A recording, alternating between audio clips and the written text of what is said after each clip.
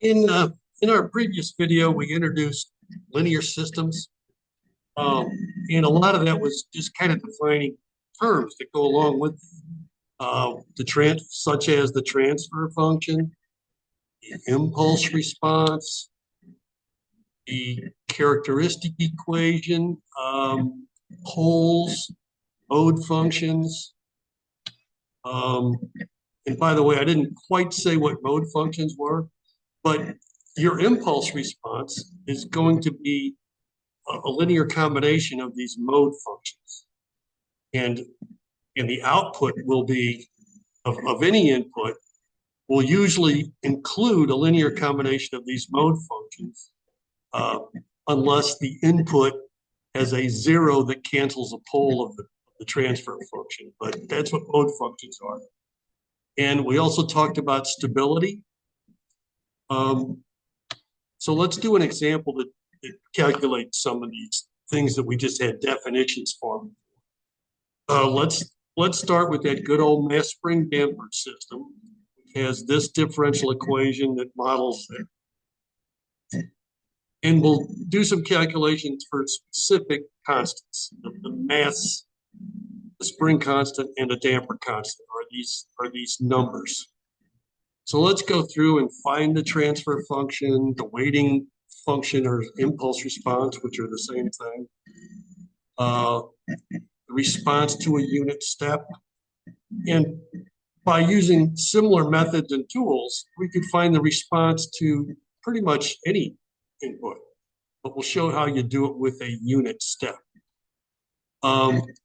So part A was just find the transfer function. Here's the differential equation. When you plug in those constants, you get this differential equation. Convert that to the Laplace domain by every derivative as a multiplication by s. You get this subsidiary equation. You do that little bit of algebra to get the ratio of x over f, which is the transfer function. And here it is. So we did part A. Here is our transfer function. Characteristic equation is that denominator set to 0. And by the way, this thing factors s plus 1 and s plus 3. So from there, we can tell the poles are at minus 1 and minus 3. In this case, two real numbers, and they're both strictly negative. So this system is stable. And if you look at the Laplace transforms of 1 over s plus 1 and 1 over s plus 3, they translate to e to the minus t and e to the minus 3t in the time domain.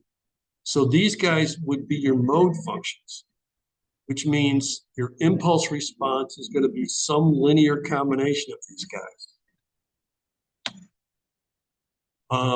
Part B was find the impulse response, which was just find the inverse Laplace transform of the transfer function.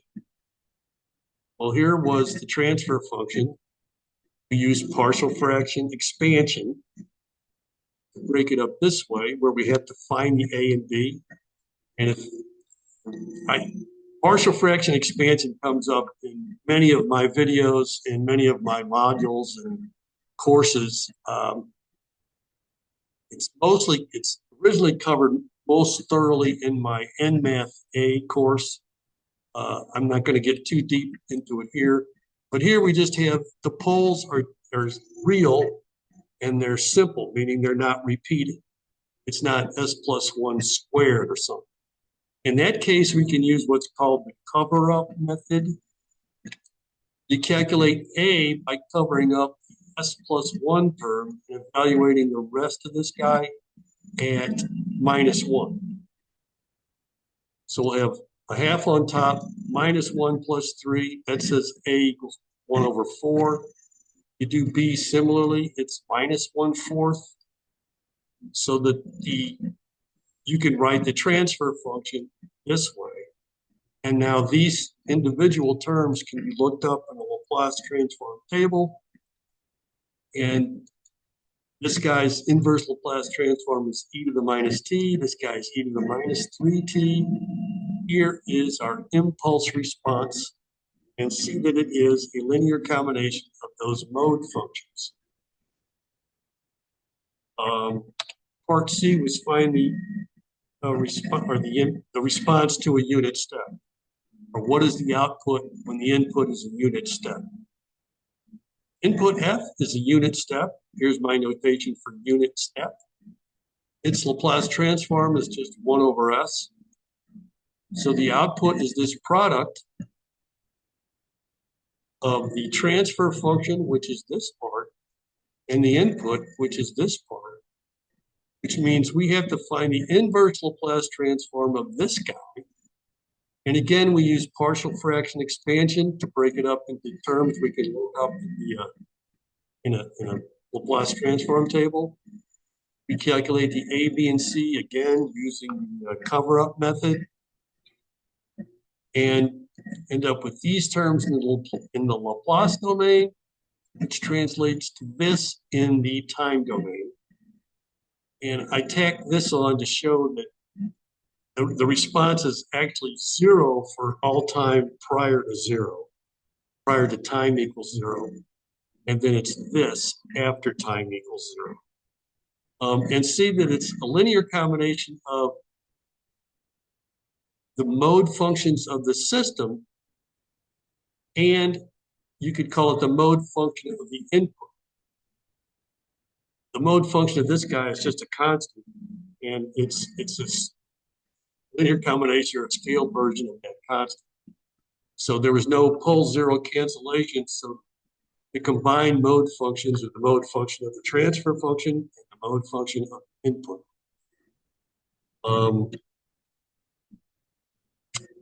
I think that completes my quick review of linear systems in the time domain. Next, we'll do frequency domain, and well, we'll get into that at the time. In the frequency domain, we're talking about A, the system must be stable for us to even talk about it. And 2, we're talking about as time goes to infinity, after all the sort of transients settle out, and you're just looking at how time goes to infinity. Anyway, we'll talk about that when we get there. So see you next time when we get into frequency domain analysis of linear systems.